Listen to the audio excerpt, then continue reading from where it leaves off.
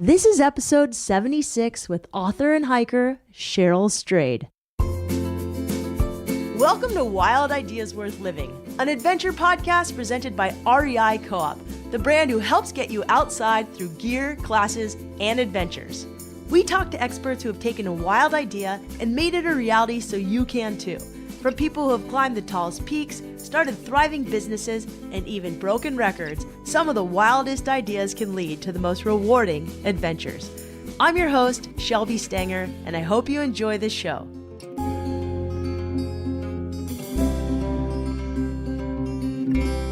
Cheryl Strayed is the author of the #1 New York Times bestselling memoir, Wild, about her trek across the Pacific Crest Trail. It became a hit movie starring Reese Witherspoon. Cheryl is also the author of the New York Times bestsellers, Tiny Beautiful Things and Brave Enough, as well as the novel Torch. Cheryl hosts the Dear Sugar column and Dear Sugar podcast on the New York Times, and she's a true force of nature. I've wanted to interview Cheryl forever, so we talk about everything from hiking to writing, how to stay healthy, life advice, and so much more. This is a longer episode than many, but we're taking next week off because after 76 episodes, you gotta take some breaks to live more wildly. Please note, we also shortened one popular slang word on this show. I hope you enjoy it.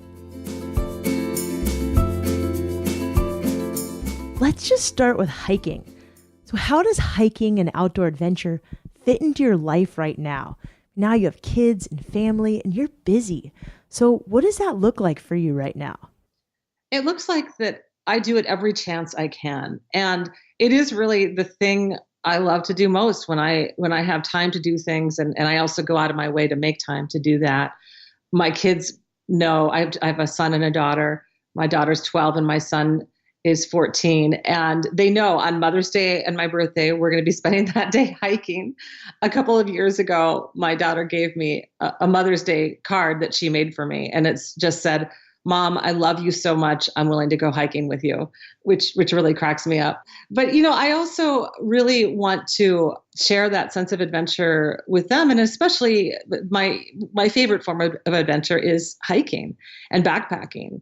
And what's cool is, when they were younger, I kind of sometimes had to bribe them a bit, okay, we're going to walk for 15 minutes and then you get three gummy bears and then we're going to walk another 15 minutes and you get 3 more. And that worked. And now what's happening is my kids are starting to actually love hiking on their own. And, that's just, to me, one of the greatest, most fulfilling things as a mom, to see them really engaging with the sport. My husband and I took our kids out of school last fall and we traveled around the world. And our first stop was, I know, it was so fun. And we went to New Zealand, Nepal, Tanzania, Kenya, and Portugal, with a stop in Qatar and Singapore along the way. And the first thing we did is we went and hiked 2 trails in New Zealand, in the Milford Track and the Routeburn Track, backpacking. And it was so great. And, here I was concerned about my kids because I was like, are they going to be cool with, carrying packs and, hiking all day, every day for several days? And what was funny is, they absolutely left me in their dust. So do you have a favorite hike that you'd love to go? I mean, you live pretty close to part of the PCT now, if you're in Oregon. I remember There's a place pretty close by. Yeah. I live in Portland, Oregon. So I'm really just, a bit more than an hour's drive from the Pacific Crest Trail. And I hike on it regularly. There's so many trails in the Pacific Northwest and even in my own city. We have Forest Park, which is this beautiful park that really, there are parts of it that are like, wow, I feel like I'm in the wilderness, even though the city is just, a mile away. The Wildwood Trail and a whole web of trails in that park that I use regularly.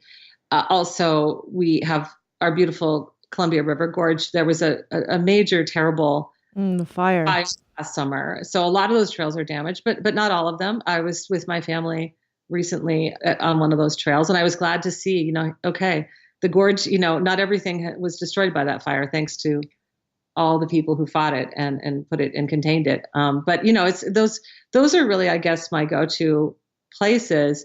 But I also really love this idea of thinking about, discovering trails in different parts of the world. And I've traveled to many countries, and everywhere I go, I try to find a trail to hike. That's so cool that you still love hiking. What do you think of like all the people hiking the PCT now? Because it's taken off. I mean, I'm interviewing even Aspen Mattis, who wrote a book that was inspired by your book. And so many people have this journey of doing these through hikes now. I think it's beautiful. And I'm so honored that at least some of those people, some portion of those people were inspired to go hike the trail by me in my book. And, I think that the most important thing when it comes to hiking that Wild did is it gave a lot of people permission and confidence. I didn't go out there knowing everything about backpacking when I began backpacking. And, I sort of made comic hay of that in the book, but I think, it's not so uncommon. I mean, most people, when they engage in any sport, right, you learn the hard way. You learn by doing, and you realize, oh, geez, it actually matters how heavy my pack is. Like that actually has an impact on my hike, or it's harder. I mean, to this day, what I'm always intrigued by is that hiking is always harder than I think it's going to be. And one thing I wrote about this actually in Wild, that even by the end of my hike, I was saying, wow, this trail still humbles me. It's still, even on an easy day, by the end of the day, I'm often like, okay, there were parts of it that were quite challenging. And I find that to be true always with hiking, that I'll think, okay, I can hike 10 miles, no problem. And then, at mile 9, you're like, okay, one more to go, or here we go up this mountain or down this mountain. And that's what I love about hiking, that you're always humbled and engaged in a new challenge. And when there are those rare times that it is easy, it just feels like a gift. You did it when it was a lot harder. I mean, now there's some really nice ultra lightweight gear. If you could do it again, is there anything you'd take now that you didn't then? No, it's an interesting question. You're right that it's a different world. I hiked the trail in 1995, and I think sometimes people forget that I was literally writing about a different world. It was the world before ultra light backpacking was really, known by many people. It was beginning. It was certainly in the air, but, it wasn't really the emphasis. And also there wasn't the internet. It existed, but most people weren't using it. It wasn't like you could log on and find all of the information you can now find, and all the community about the trail and long distance hiking in general, the PCT in particular. And so, I did do things the kind of old school way on the trail in 95, and it's changed a lot. And when I look back and people ask me like, well, would you take something different or would you not take something? I have to say, I'm glad that I did the hike the way I did it, because even the stuff that now I recognize were kind of mistakes, like, okay, I, should have had bigger boots that fit better. I should have, taken less stuff. I really like that I learned the lessons I did the way I did it, even though I do it differently now. Yeah. So what do you love now? I mean, you take gummy bears to bribe your kids as they were younger. What else are like good tricks? So I'm just a lot more mindful of the consequences of weight. And I think that, part of that is made easier by, a couple of things. The times, there are more lightweight things to take backpacking. There's a lot more consciousness and mindfulness in that direction in general, and among the backpacker community, and also the gear we take. I also think that it helps that most often now I hike with other people, so we can spread out some of that weight. One of the things that happened to me in 1995 when I was going solo is like, you have to carry literally everything. There's no sort of sharing of some of that gear.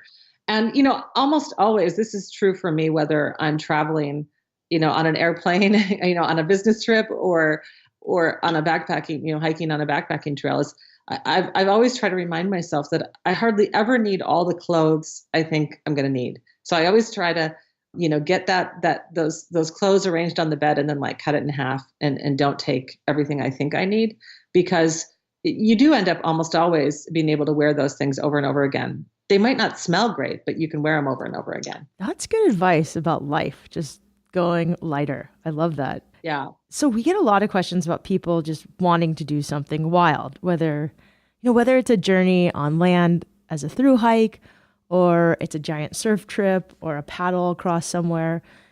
How do you advise one on how to choose which adventure they should take, especially if they're at some sort of crossroads or transition in their life?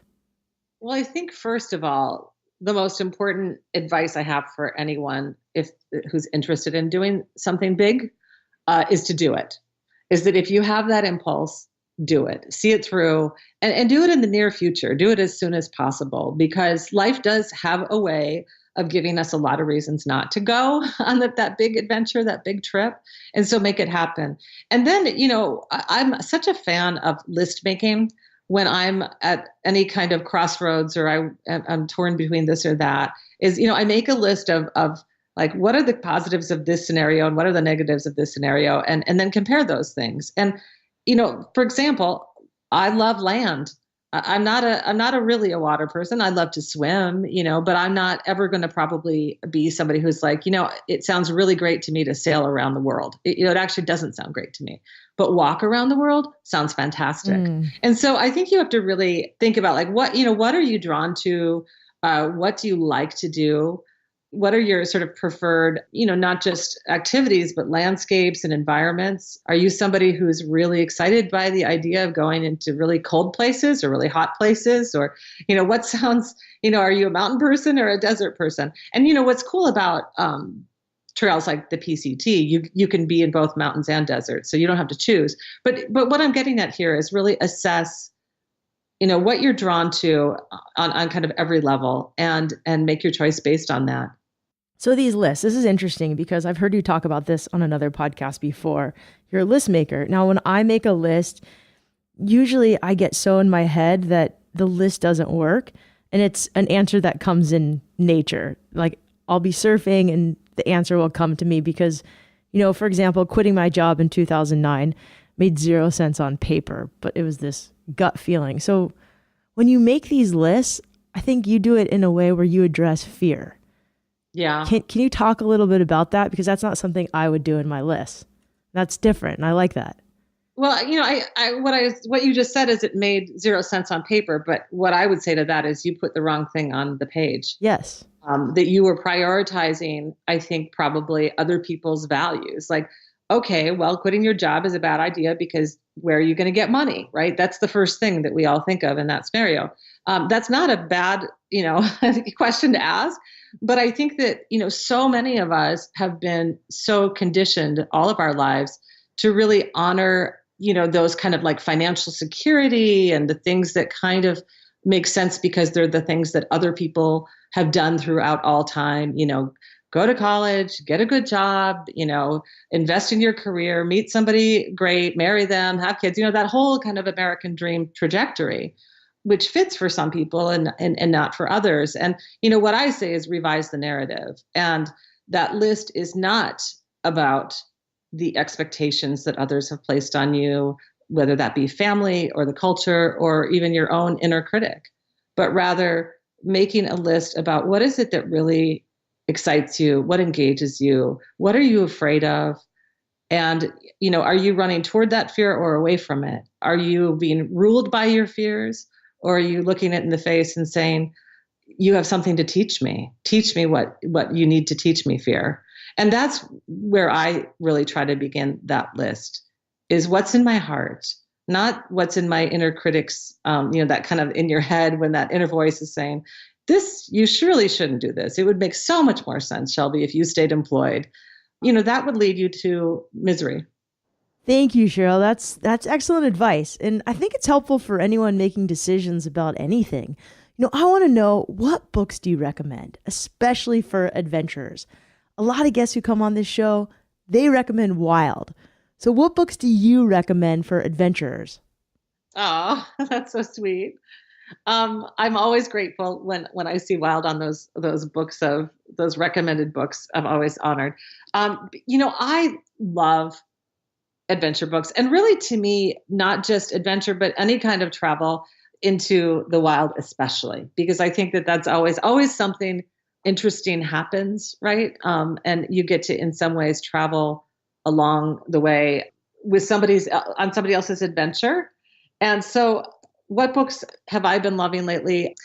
One of my all-time favorite books is My Journey to Lhasa. Do you know this book? No. Written a long time ago by a woman named Alexandra David Neal. And it's about her 1923 expedition to Tibet.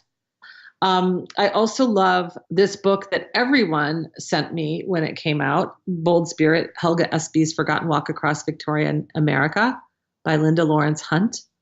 And here again, it's like a walk by somebody a long time ago, 1896. And she was a Norwegian immigrant and a mother of 8 children, and was just basically in dire straits. Do you sense a theme here? Like, I love these women who are like, Did you read Tracks, the woman who crossed? Oh, and Tracks by Robin Davidson is a great one too. I actually did an event with Robin in Jaipur, India. Actually, we were interviewed on stage together, and yes, it's about her trek back. Gosh, when did she do that? Was it the 70s or 80s across about 1,700 miles in the Australian outback? So I love that too.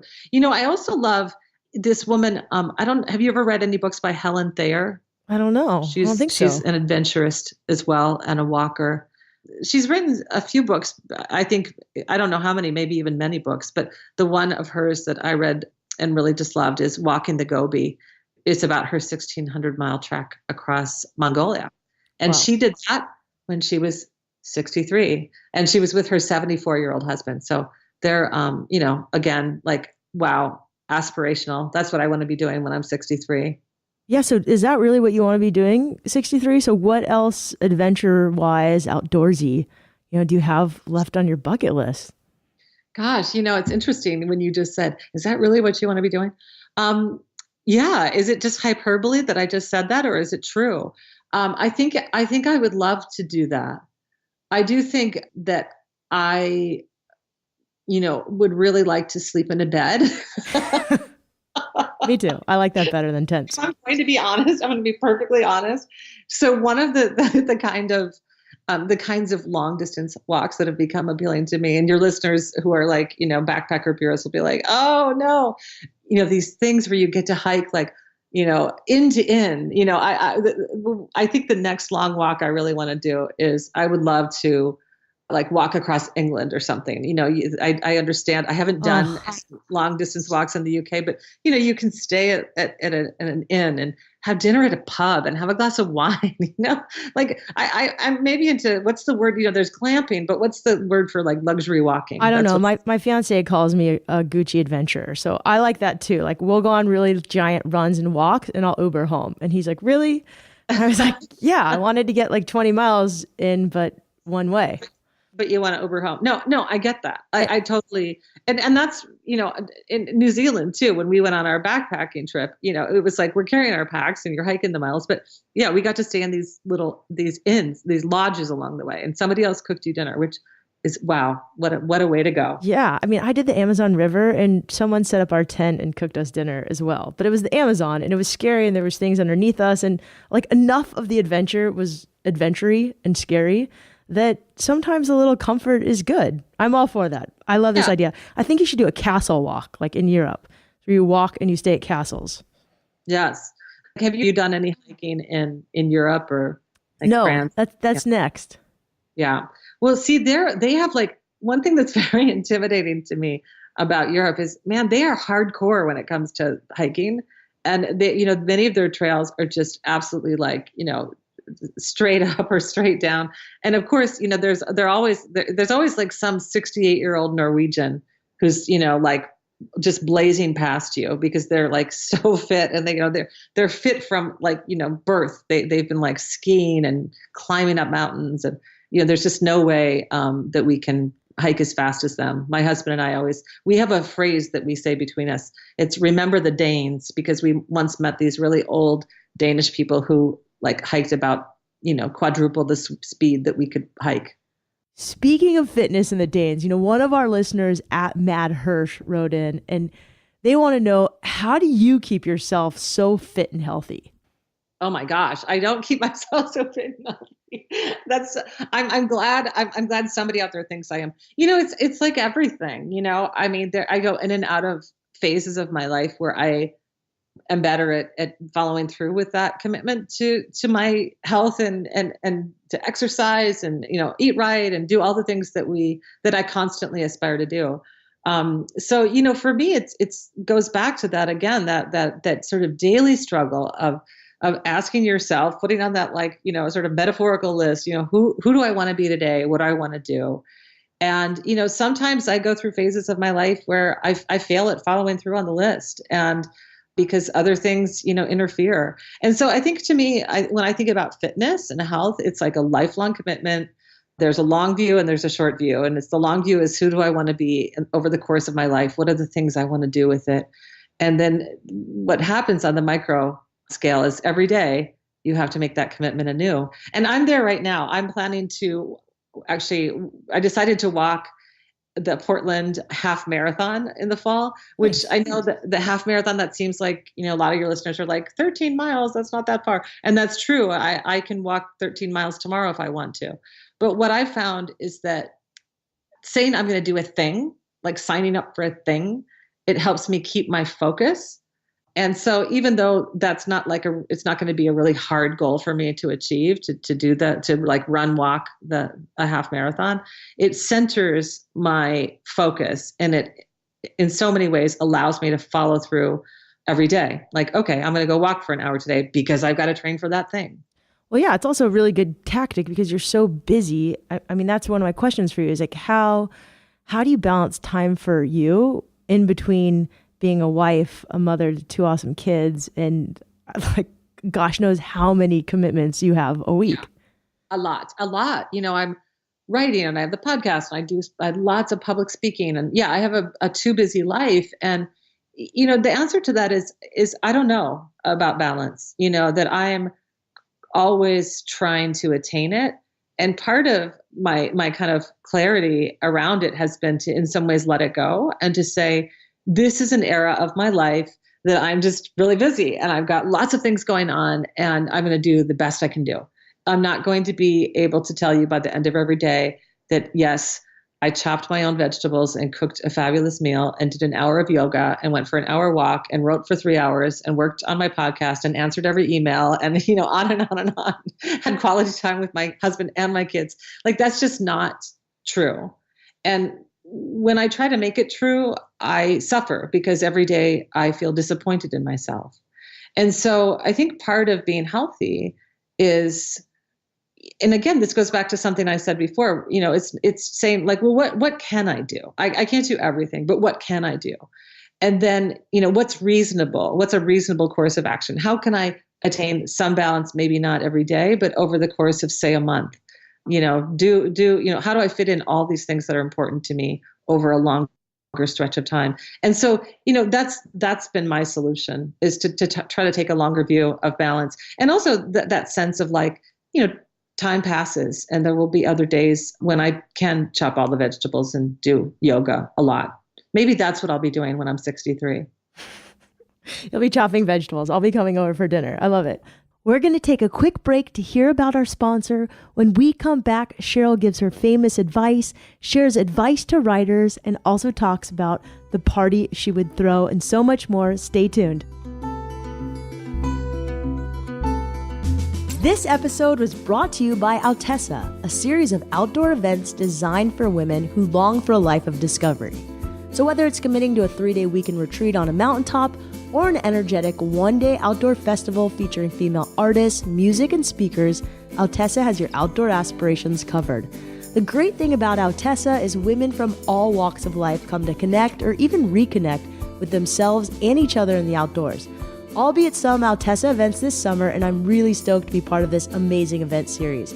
There's also some great brands involved who make this event possible and are helping lead various activities. So thanks to partners like Subaru of America, Garmin, Osprey, Sea to Summit, Smartwool, The North Face, Hydro Flask, Pro Bar, Solomon, Maui Gym, Black Diamond, Yakima, Olokai, Roxy, Igloo, and Leatherman. Find more about the REI Altessa events at altessa.com. That's outessa.com.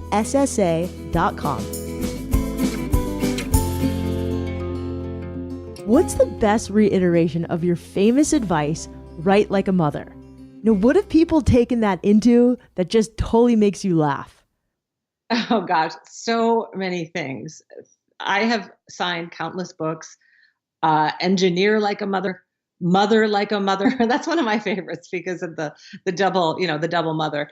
Really, anything you can think of, people have embraced that advice, I guess, to do things like a mother, which began as write like a mother. And I love that because, of course, that's what I always intended. It was never a message just for writers, and it's really about going full throttle, giving it everything you have, even if you have doubts. And in fact, probably you're going to have doubts. Do it anyway, and do your best work and stop complaining about it, or rather complain about it, but don't let that be the thing that stops you. I have podcasts and Pitch Like a Mother on my wall, so thank you. Oh, you did? Yes, of course. So sweet. I love that. Thank you. I'm honored. I'm always so flattered when people have taken something I've written into their own lives and hearts, because that's what writing is all about, right? You want people to make it have meaning in their own lives. You give beautiful advice about life, about writing, with your Dear Sugar column, with everything. What advice right now in our time are people asking you about the most and asking for, and how do you respond? Well, there's always the love questions. And throughout all time, people have grappled with finding love and keeping love and sustaining love and knowing when to give up on love and wanting to do it, but wanting to know what to do about making it last once you have found that partner. And I think that that's kind of cool that, to know that we will always have those troubles. For me, I've always found that to be consoling when I've been struggling with whatever kind of issue I have, to think about all of the people before me who have been grappling with these same questions. It's also kind of a bummer because it means nobody's solved those questions. But the fact that, I'm not alone in whatever I'm struggling with is the message I'm always trying to give. You are not alone. I'm not alone. We're together in this. And I think that message is especially important right now when people are feeling, divided. I think a lot of Americans are feeling very concerned about the level of tension and conflict in our society that really have, it's right there on the in the newspapers and on the headlines on websites and so forth, all the conflict we have. But it really has an impact on people's psyches and personal relationships. So that's coming up a lot in the letters too. Oh, that's awesome. So we got a lot. I put it up on Instagram yesterday for just a couple of hours. I put your picture in Wild, and I was like, hey, hypothetically, if I were to interview this person tomorrow, what do you want to ask her? And right. My inbox was flooded, so I had to delete the picture. But it was awesome. So many people want to ask you advice. And one asked, so many people on this show want to write and create art, or so many people listening to this show do. And I think much of the time, what's the hardest for them is starting. Yeah. So what's your best advice on just starting?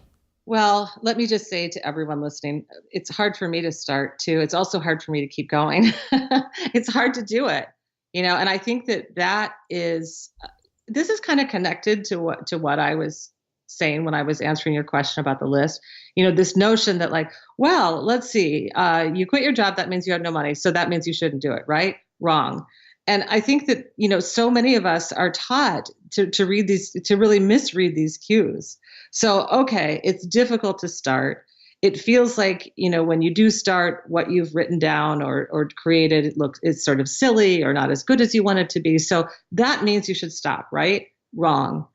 Actually, that doubt, that fear, that anxiety, and even that resistance is a sign to me that you need to do this thing, right? You need to keep going. You need to push through those very negative cues that often will stop us from doing what we want to do, whether it be in hiking or in life, right? When you're hiking and you pass a really nice shady spot, you want to sit down and stay there, or at least I do. But I know that if I keep going, there is a benefit to that. There's a payoff to that. And that is also true in my creative life. It's deeply true in my creative life. I have never written anything that was easily done. Maybe that's an overstatement. Maybe there are a couple things that came just bursting out at me, but most of the time it was hard, and it was hard to begin, and it was hard to keep going, and it was hard to look back at it and revise and make it better. But that is part of the creative process. Again, it's looking at your fear, it's looking at that challenge and overcoming it.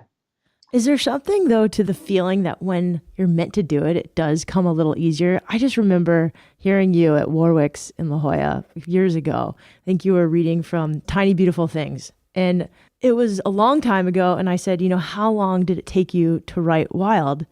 And it wasn't that long. No. Yeah. I mean, you're right. I wrote the book in a year or two. And I mean, it seems long because, 2 years of writing like that is intense and hard.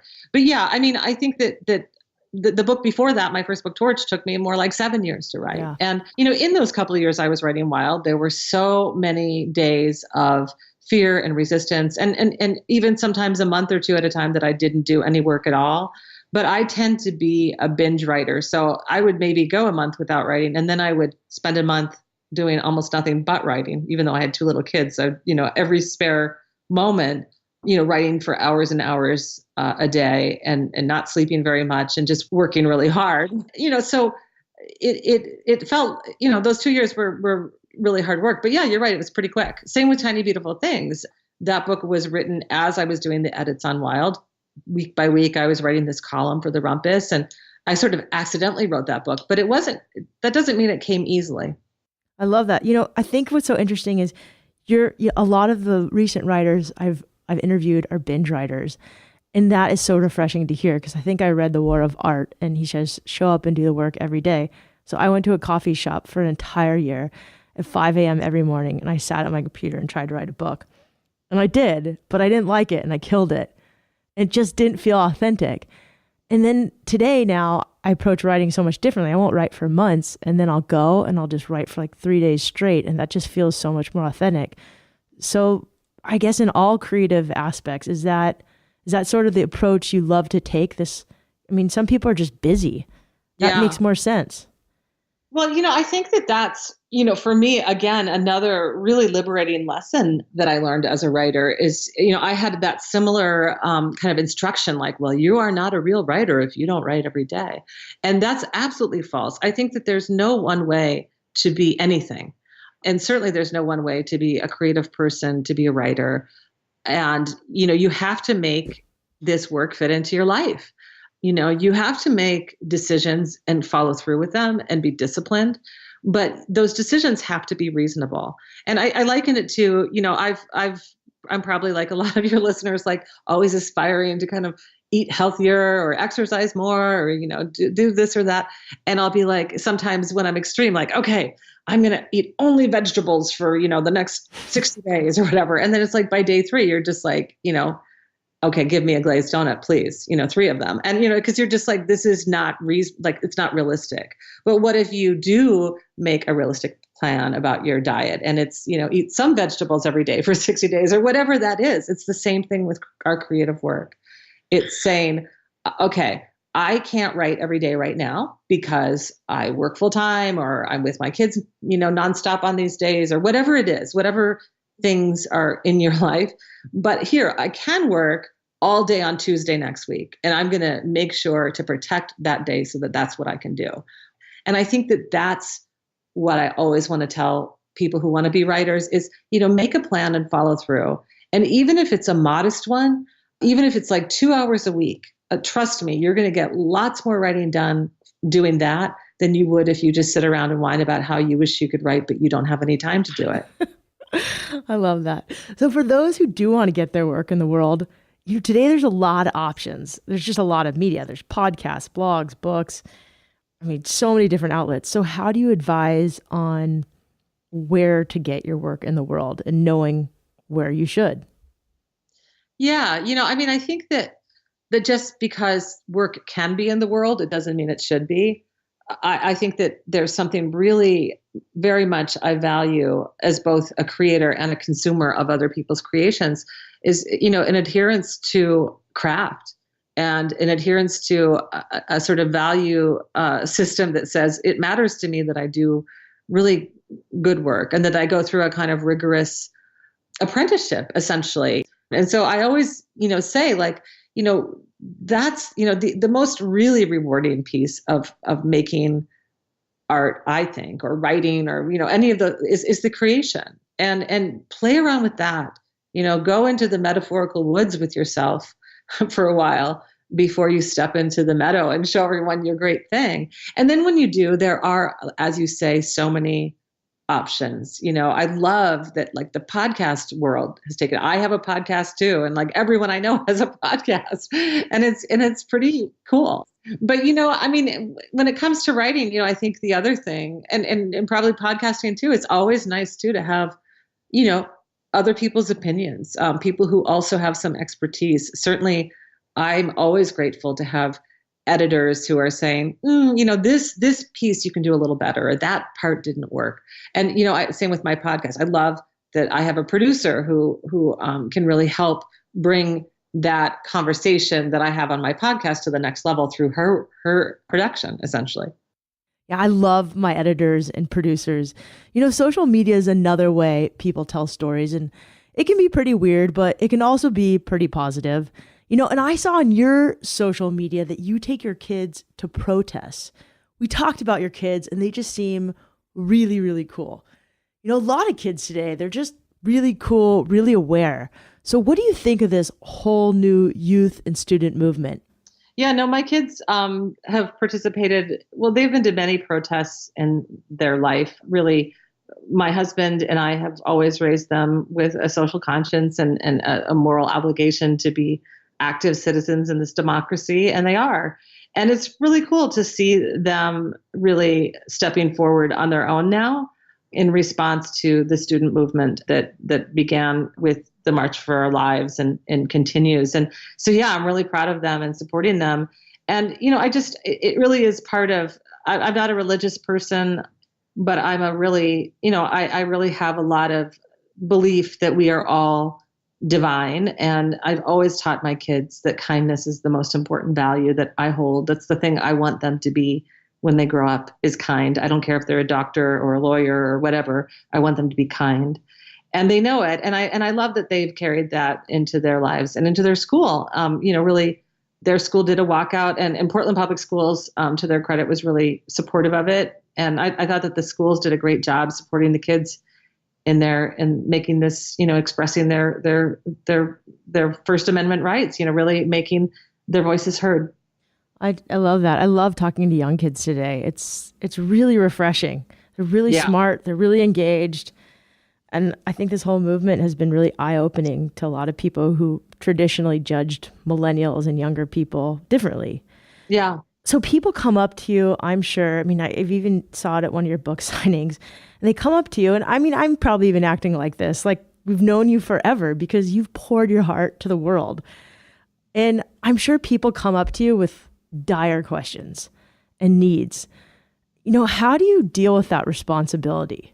You mean how do I kind of hold? Yeah, because even when people email me and say, "Hey, Shelby, what do I do with my life?" I'm like, I don't have it totally figured out. I'm getting by on my own. I'm just doing what I can do. I liked your advice, like, be kind. I think that's the answer to so many questions and solve so many problems in life. But I'm just wondering, like, how you deal with the response. You just have it on such a different level that I can't even imagine. Like, how do you deal with that response? Yeah, I also just have it explicitly on my podcast. Yeah. That's the whole point. Like, write to me and tell me what terrible thing you're experiencing, and I will try to help you.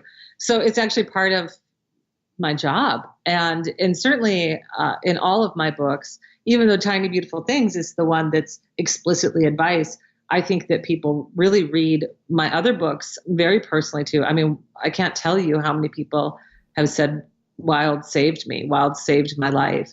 And that's also true even of my first book. This didn't begin for me with Wild. My first book, Torch, it's a novel, it's fiction. And even through those fictional characters, people were responding on an emotional level, seeing themselves in it. And, so it's been a years-long practice of learning how to hold other people's sorrow and loss And I think that, the way that I've sort of come to think about it in my life is that it doesn't feel like a burden to me because they are almost always, when they share their stories with me, saying that I've already helped them. And I do think that really, hearing other people's stories of loss and confusion and struggle is so helpful, to just have them know that somebody else can stand there and bear witness to what they're holding and to help them hold it too. And it's kind of like being like on the scene of a emergency. It's more stressful to stand there and scream than it is to help, to put your hands into the effort of, saving somebody's life. And, I think of my books as doing that. Like, I feel like, and my podcast is doing that too. I'm not going to, nothing I write or say is going to take anyone else's sorrow away, but it will make them feel perhaps that they're less alone in it. It will remind them that life goes on and that almost all of us have wounds, and those wounds eventually become something else if we apply some effort to healing them, something beautiful instead of something ugly. Any advice on just being a better listener? You're so good at it. Oh, thank you. Wow. That's an interesting question. I think that maybe what you're asking, I mean, obviously the just literal technical answer is just shut your mouth and listen. But I think that the actual thing you're asking is like, how do you listen with compassion? How do you show it too? Because so many, so often we're sort of hardwired. We're taught like, this is good and this is bad and this is acceptable and this is unacceptable and this is a deal killer and that is not. And so what that does is it boxes us in and makes us feel really ashamed when we have made a mistake or been the person who did quote unquote the wrong thing. And shame almost always is isolating, and then as a listener, when somebody tells us, something about themselves that maybe is not so flattering, we feel like our job is to in some ways judge them. And what I try to do when I listen to people and when I read their letters for the podcast is to hold them in unconditional positive regard.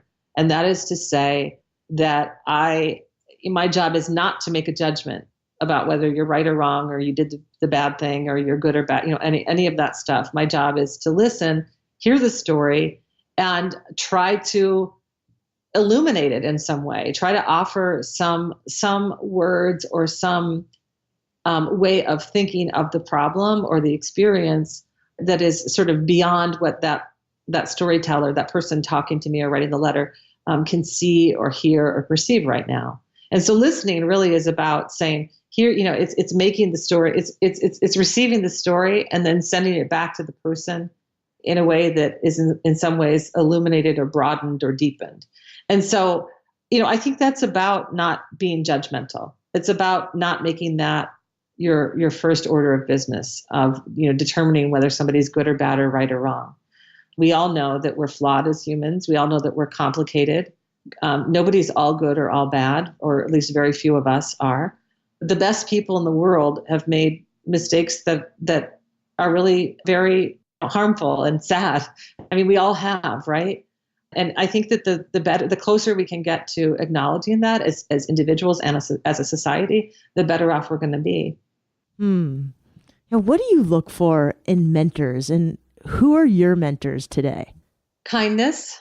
I think that I've never learned anything much important from anyone I thought was a bully or nasty or mean. And I mean kindness to everyone.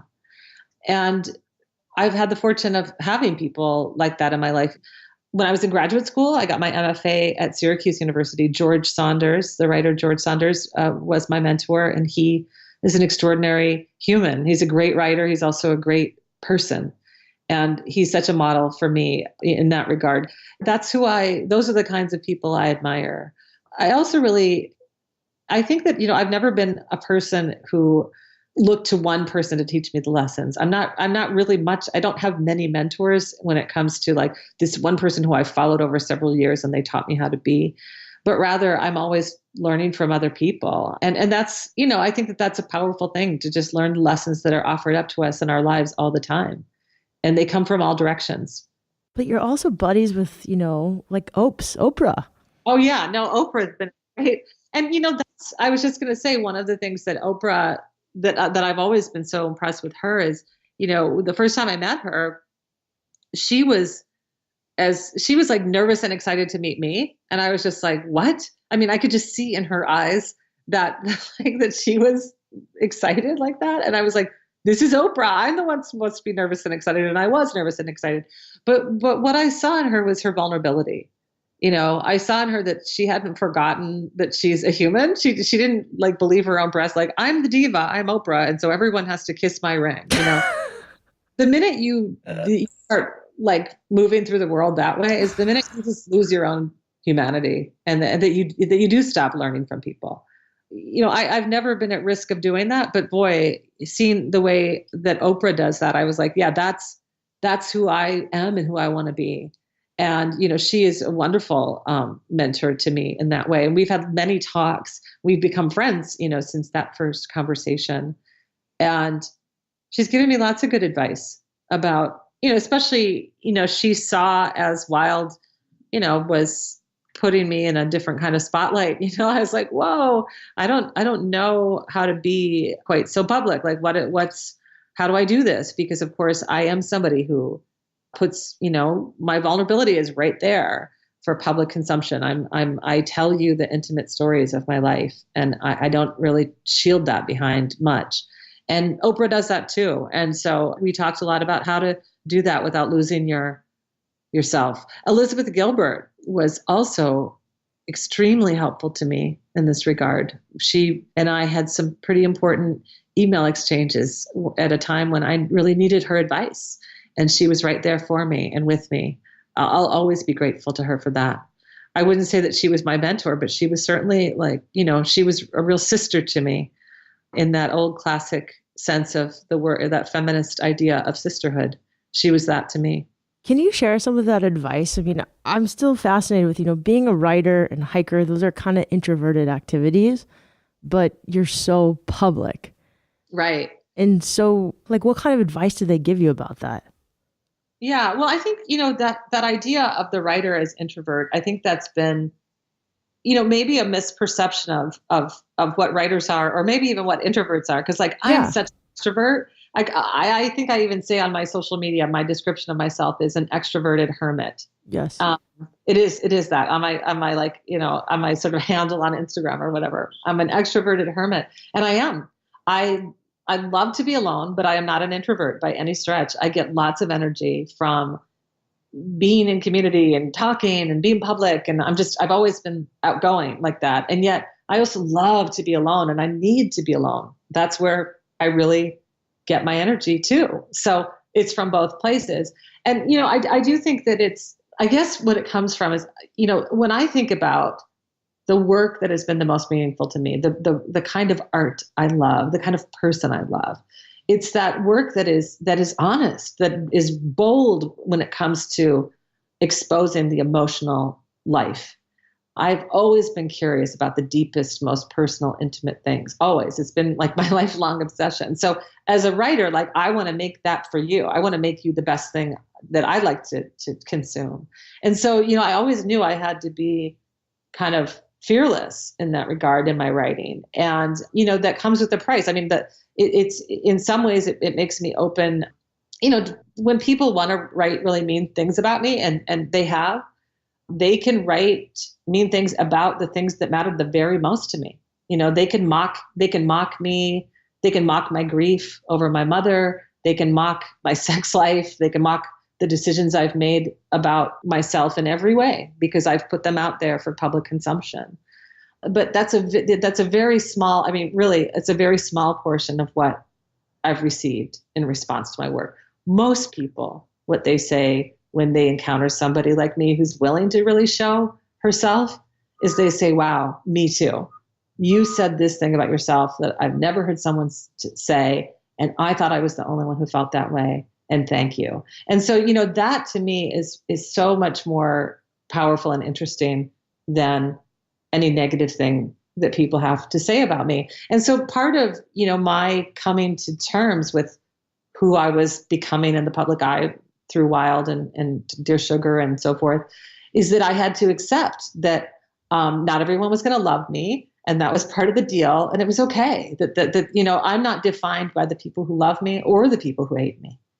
I'm defined by myself. And it was a mighty lesson to experience that, to really recognize that through these last few years. That's helpful because of the 200 positive comments, if I get one negative one, even if it's about a guest and not me, it's hard. Yeah. I think you just said that the negativity is really just not interesting. It's not. And, it's also what it really is it's so much a projection, of the person themselves. And I'm not saying, obviously, there's room for critique. I mean, I've never, ever, ever thought that everyone has to love my books or my podcast. I mean, there's nothing that's ever been done in the history of things that have been done that everyone has loved. Okay. So it's not about that. It's about, do people go out of their way to be nasty to you? And if the answer to that is yes, that is a story that they're telling themselves about themselves. It really has nothing to do with you. But it's hard to remember that because I feel the same way. When somebody says something mean to me on the internet, and the internet gives lots of opportunities for people to do that, it's like, it stings. So, my advice to you about that is do everything you can to just avoid it. Just don't go to the dark places where people say mean things about you. Yeah. We hit ignore and delete. Yeah. We usually ask people, what would you tell your 15-year-old self? Because that's such a vulnerable time in high school. But one of the people who wrote in, Lauren Woods, said, what advice would you give to your 20-year-old self? Right. Well, my book, Tiny Beautiful Things, the title of that book is taken from the title of one of my Dear Sugar columns, Tiny Beautiful Things. And the entire letter is a letter to my 23-year-old self. I read that last night. And it's so good. Thank you. So it's all in there. But, there are various, as asked different aspects to it. But, I think that the overall message of that letter is that it's going to be okay. That even the mistakes you make are actually, in the end, going to be things you're grateful for because they're going to be things you learn from. And all of those experiences, the good and the bad and the complicated and the simple and the beautiful and the on and on and on, they're all going to be the things that make you. Those things, as I wrote in that column, are your becoming. And your job is to take all of that and make something good of it, to mix all that together in the giant bowl of your life and bake a pie, a really good one that you can eat after hiking a long way. So if you could throw any party, this is the other question we ask all of our guests. If you could throw any party, where is it? Who's coming? What are we eating? What are we drinking? What kind of music's playing? Are you kidding me? This is so fun. Yes. And what activities are we doing? I feel like this question tells me a lot about, it's just fun. Yeah. Yeah. No, what are we doing? So Shelby, you are definitely there. You're like number one on the guest list. So my listeners hate me now. Great. No, it's good. We would have so much fun. So where would it be? So I know I talked about hiking in New Zealand. That's my new world crush. I'm just so we're going to go to New Zealand. We're going to have an amazing party somewhere beautiful in New Zealand. I was like I said, on the Milford Trek on the South Island. And it was really the only place I could go that you can actually just drink water out of the streams and the lakes, which was just amazing. Just dunk your water bottle in and drink. That was amazing. So let's go to New Zealand. Let's have a fantastic, maybe we can be on the beach. So the land people can hike on trails along the beach and up into the mountains, and the water people can surf and swim and frolic and get eaten by sharks and whatever they like to do. There have to be cheeseburgers because I love me a good cheeseburger. Lots of salad and fabulous grilled vegetables and maybe some salmon. Are you digging it? Yum. I'm totally digging this. I'm so over being a vegan. This sounds amazing. Lots of wine. Oh, and cheese. I love cheese. I'm just so into cheese. So yeah, and then all the kind hearts get to come. The rule of the party is nobody's being mean to anyone, and we're all just going to savor and accept each other and love each other for who we are and listen to the stories that we each have to tell with nothing but kindness in our hearts. I love that. Is there music? Of course there's music. Let's see, what will it be? We need to have somebody, some fabulous, lovely band. Who will it be? Maybe Lucinda Williams can come and sing to us. I love that. I'm coming. I can't wait. And we talked about New Zealand a little bit before this podcast, so the audience is curious. New Zealand's just pretty magical. So if you could fly an eco-friendly plane, we like to make it eco-friendly because it's the kind of show it is, and it could have one of those little banners right now, today, what's your message to the world? Oh, yeah, we need more of those. But no, we need more eco-friendly planes. That's a dilemma, isn't it? I mean, I love to travel. I'm really, that's just one of my favorite things to ever do. And I edited Best American Travel Writing this year that will be out this fall. And wow, that's awesome. I love those books. I know. Yeah. And this one coming up is going to be extra good because I picked all the things I love. So the airplane, the non-environmentally destructive airplane would have a banner behind it that said, "Keep walking." Cheryl Mother effing Strayed. That was epic. Thank you so much. That was so fun, Shelby. It was really fun hanging out with you on my microphone here. You're awesome. Thank you so much for listening to this podcast. Cheryl, thank you for sharing your heart and soul with the world through your words, your books, your movie adaptations, and your podcast. You can find more about Cheryl and buy her books at CherylStrayed.com. You can also get her books at REI. And Cheryl, we're supposed to go surfing, so don't flake. Thank you to my team at REI, Chelsea, Joe, and Paolo. I totally appreciate your help and support. To my producer, Annie, social media manager, Kayla, you guys rock. To all of you listeners who posed questions on Instagram, thank you so much for writing to me. I did my best to morph all of your questions together and get as many in as possible.